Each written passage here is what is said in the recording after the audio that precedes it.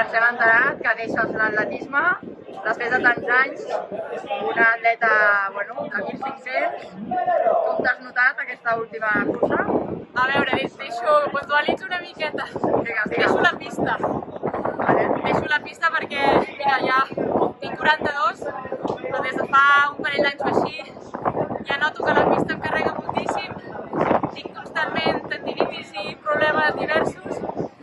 Llavors el cos ha dit prou. I a mi m'agradaria moltíssim seguir tots els anys possibles, però ha arribat aquest moment i el cos m'ho està demanant. Llavors jo no deixaré d'entrenar perquè l'únic que em perjudica és aquests 2 mesos de pista que fem uns ritmes exigents i molt alts. La resta, que és cross, es pot seguir fent, cross o curses de ruta, un altre tipus d'entrenament que és més regular, bastant de forma. Llavors, et tiraré per aquí. I l'última competició, doncs, serà suposo el mític de Barcelona, el dia 1.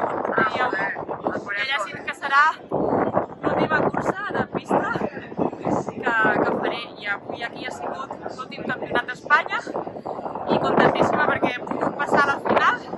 I bé, a la final no sé dir en quina posició he arribat perquè hem arribat totes allà juntes, però ho he lluitat i ho he disfrutat. Molt bé, escolta, quin consell donaries a les atletes de 1.500? Ostres,